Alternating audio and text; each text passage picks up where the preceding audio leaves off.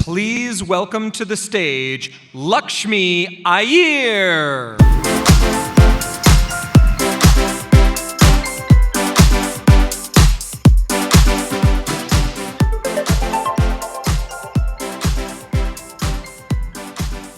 Wonderful.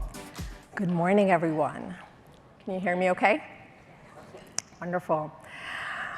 This morning, I'm going to invite you all to time travel with me. Let's go to Mumbai, to India, for a few moments. And the year is 2000. It's the peak of summer. I'm hot. And my companions are a bunch of these 8-year-old kids. The picture is a little pixelated. I didn't have the best digicam then. And I'm spending my summer volunteering for a nonprofit called Akansha. My job was to engage these 8-year-olds who typically lived on the streets of Mumbai with arts and crafts activities. So we're making rockets with cardboard, we're making flowers with recycled plastic and donated paints, sparking little moments of joy. And I soon realized that these weren't just art projects. This was an incentive to make sure that these kids stayed in the education system. Let me explain.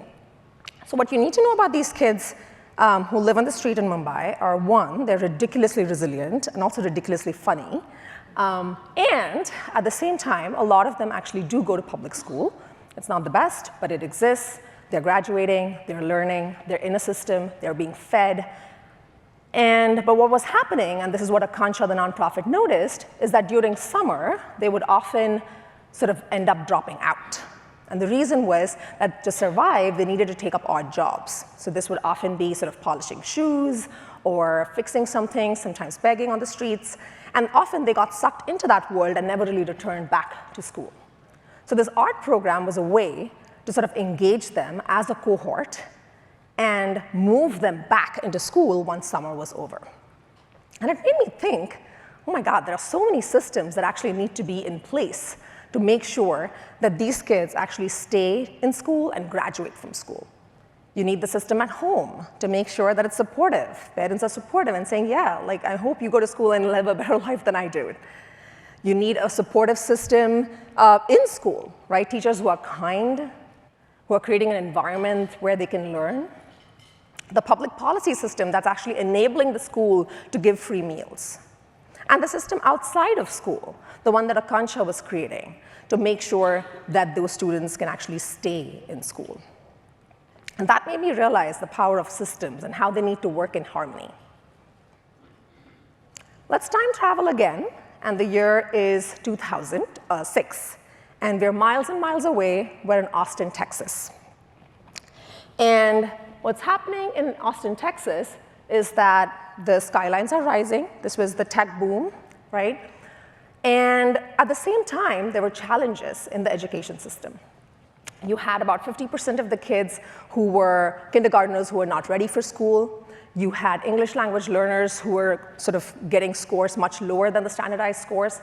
And at the same time, you had businesses who wanted tech graduates in STEM and technology so that they could be back working in those businesses. A group of business leaders, nonprofits, community leaders came to sort of think about this dual challenge and the misalignment of systems. And in 2006, they formed the E3 Alliance. But what was interesting is that they didn't just sort of create a nonprofit to create a new program or a new initiative. They committed to an approach called collective impact. And I'm going to talk about that approach with you today. They realized when they started this organization that the problem that they were seeing in Austin cannot be solved by just one system, right? Just by having an amazing school district or an amazing employer who's ready to hire diverse individuals in their pipeline. You really needed all the systems to work together. Collective impact is an approach that brings people together in a structured way to achieve social change. The word structured here is really important. And it's different from collaboration because it's characterized by 5 key conditions.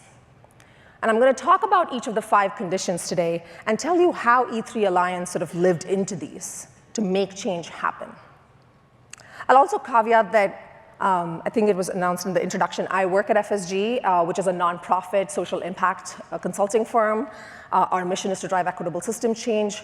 We did coin the word collective impact and the term collective impact in about 2011 in the Stanford Social Innovation Review. But I just want to call out that many organizations, many communities have been doing collective impact long before that. I mean, even E3 started in early 2000s.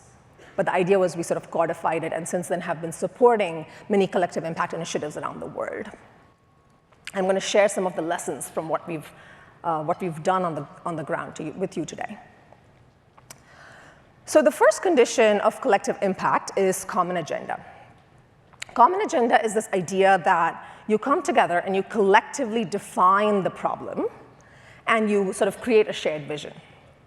Obviously, that's not easy, because if you and I come together and we not only need to agree on what the problem is, but also what the root cause of the problem is, right? And the way E3 did this was they got together about 15 school districts in Central Texas. They got together about 7 or 8 sort of high school, higher secondary institutions like the Austin Community College, UT Austin. They got together about 200 businesses, nonprofit leaders, government leaders, all in one place as part of this collective impact effort. And they started defining the vision for the region. They started defining specific goals related to what could early childhood education look like? What should graduation rates be? Who's leaving left behind? Who do we want to make sure we're not leaving behind? What should the college to workforce pipeline look like? And actually putting numbers and words and defining the terms. And they put all these goals in a document called the Blueprint for Educational Change, which was available for all these participants in the Collective Impact Initiative to see. And that actually brings me to the next sort of condition, and these conditions are all related, is shared measurement. So shared measurement is this idea that collective impact is really rooted in data and evidence, right? And you're actually not only articulating what the vision is, but you're articulating what the goal is, and you're tracking progress towards it. So what E3 Alliance did was they actually worked with all these different systems, and they created a baseline of data. So they took a lot of data from the districts. They took a lot of data from the nonprofits, from workforce, to understand what type of people were they hoping to employ. And they put all that data together, and they shared it with the members of the Collective Impact Initiative. And they said, OK, let's look at this data together, and let's all sort of interpret it in our own ways. Did it take a lot of time? Hell yeah, it took a lot of time. But the way it was facilitated was it was an opportunity for everyone to sort of bring in their own expertise and look at the data with different lenses and think about the range of root causes that was contributing to the problem. And then go back and think about how in their day jobs, in their individual organizations, they could do something differently to achieve that shared goal. So if you think about those 15 districts and the 200 sort of businesses and community leaders, they all had day jobs, right, in addition to being part of this collective impact effort. They were now thinking about how does their organization and their role contribute to the shared vision and the common agenda? What can they learn in their day jobs that they can share with other people in the collective impact effort? How can they partner with unusual suspects to move the needle on some of these goals? And data was instrumental to make that happen. The next condition of collective impact is mutually reinforcing activities. The idea here is that we're not all doing the same thing, but we're all doing what we are really good at towards that common agenda, towards that shared goal. And so you can imagine that each sort of participant was bringing in their own expertise. And typically in collective impact initiatives, the way it sort of happens is they form working groups. So there was a working group that E3 Alliance had for early childhood success. There was a working group for post-secondary success. There was a working group for advanced manufacturing, because at that point, there were a lot of manufacturing jobs in Austin. And they were trying to figure out how college kids could sort of get into that pipeline. And they had different participants be part of it. And for a lot of you who are from the business sector, maybe not steeped into sort of the nonprofit education space, E3 Alliance leaders, the way they kind of talked about this to their business partners were, listen, we don't need you to become experts in education.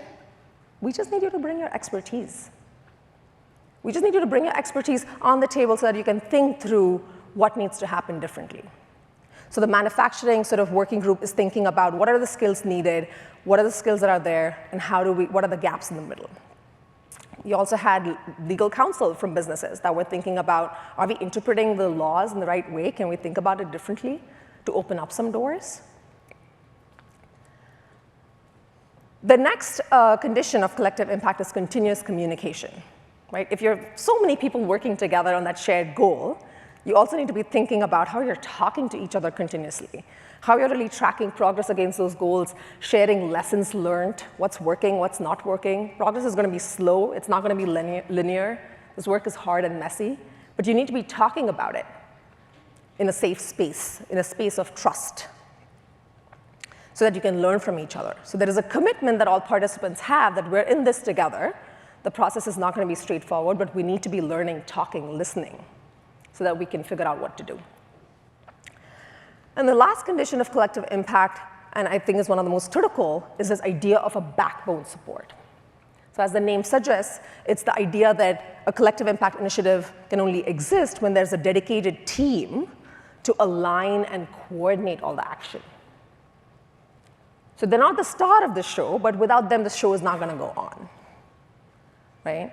So in case of E3, I think today they have about 35 people who are fully staffed. Obviously, they're doing different jobs, but a lot of them are focused on the collective impact initiative. You don't need something that big. I've worked with the collective impact initiative in rural Australia, where the backbone was a 1.5 FTE. And that was enough for that context. So it might look very different, but the idea is that you need that dedicated time and dedicated person or people to actually make sure that the trains are running. The backbone also brings a really critical mindset, right? Because they're not the star of the show, they're really the facilitators. They're really the people who are moving that train along. They're really the people who are bringing in expertise, elevating the data, and talking about what's working, what's not working, but still making sure there's a sense of urgency, and still making sure that you're getting some quick wins. And making sure that the participants of the collective impact initiative are not just signing on to something that the backbone decided, but the participants are collectively deciding what the vision is and what the action is. And there's like a nuanced difference there. And as I think about all of these 5 conditions, I think about what the impact has been. And there's a lot of data on the E3 website you can go and check. But essentially, in the number of years it's still running and the number of years that they've been there, their early childhood sort of graduation rates, success rates have increased. Their post-secondary success rates have increased. The number of kids who are getting access to college has increased. And they're seeing the results there. They've made policy shifts. And this has happened because everyone sort of came together to align the system, to make sure there's harmony in the system. And this work takes time. The CEO, or the former president and founder of E3 Alliance, sort of said this really beautifully, which is we have no structural authority over our partners, and our strongest tool is influence, sort of recognizing the role of the backbone. And I go back and I think about the story and the summer that I had in Mumbai in India. And I feel sort of 2 things, right? On one hand, I feel a sense of that story haunts me. And I think about, oh my God, I could be doing so many things. I was solving for one tiny piece of that big puzzle. And at the same time, I'm grateful. I'm grateful to those kids, and I'm grateful to that experience because I was able to sort of open and see the system. And once you see it, it's something that you can't unsee. And today at FSG, because we've been doing this work, a lot of people sort of come and ask, companies as well as nonprofits, collaboratives come to us and ask us, we're solving this really complex problem. How should we be thinking about this? And we talk to them that the first thing is to keep that ego outside the door and to have patience because this work is going to take time. And there are companies who have done it. There are organizations who have done it.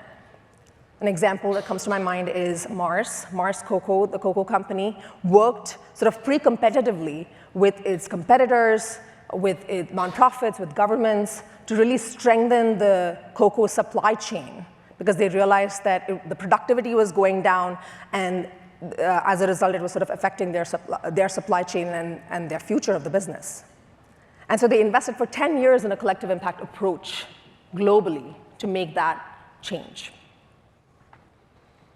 So the question that I'm going to leave you all with is two things, right? What is a problem that you're trying to solve for that could use some of the principles of collective impact? And tomorrow, Jen Juster, who is the executive director of the Collective Impact Forum, and I are going to do a hands-on workshop to get into the nuts and bolts of this, and I really hope you can join us. And the last thing I'll leave you all with is this, which is it's very tempting, and I think, Munir, you said this too, it's very tempting to believe that change happens through that individual heroism, right? But we don't need heroes or sheroes, right? What we need is actually collective harmony. I'm going to leave you with that thought. Thank you so much, and thanks for the opportunity. I can be your ally, I can be your moon.